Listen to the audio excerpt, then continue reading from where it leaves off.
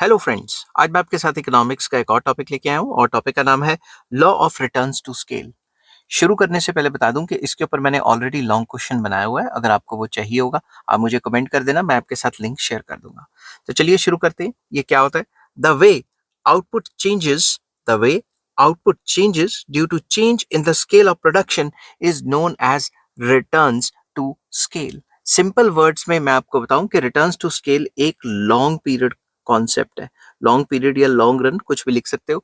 तो returns to scale हमारे साथ जो है, ये जो टॉपिक ये डिस्कस करता है कि जैसे जैसे लॉन्ग पीरियड में आप ऑल फैक्टर्स को बढ़ाते हो, ठीक है, ऑल फैक्टर्स को बढ़ाते हो और सेम रेशो से बढ़ाते हो। सेम रेशो मतलब सेम परसेंटेज से बढ़ाते हो। अगर आपके पास मान लो 4 फैक्टर्स ऑफ प्रोडक्शन जैसे हैं, लैंड, लेबर, कैपिटल, एंटरप्रेन्योर, अगर सारे के सारे फैक्टर्स सेम परसेंट से बढ़ाते हो तो टोटल आउटपुट किस तरीके से चेंज होगी, उसे रिटर्न्स टू स्केल कहते हैं। अब जो टोटल आउटपुट है वो 3 तरीके से चेंज हो सकती है। सबसे पहला, इंक्रीजिंग रिटर्न्स भी आ सकता है, इंक्रीजिंग रिटर्न्स टू स्केल।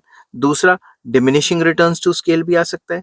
और तीसरा, कांस्टेंट रिटर्न्स टू स्केल भी आ सकता है। ठीक है, कांस्टेंट रिटर्न्स टू स्केल भी आ सकता है। तो law of returns to scale कहता है कि अगर सारे के सारे लॉन्ग पीरियड में सारे के सारे फैक्टर्स को बढ़ाया जाए, सारे के सारे फैक्टर्स को सेम रेशो में बढ़ाया जाए, तो जो प्रोडक्शन है वो इंक्रीजिंग रेट से भी बढ़ सकती है, डिमिनिशिंग रेट से भी बढ़ सकती है, कांस्टेंट रेट से भी बढ़ सकती है। इन तीनों को अलग अलग लॉ में भी डिस्कस किया जाता है, जैसे law of increasing returns to scale, law of diminishing returns to scale and law of constant returns to scale.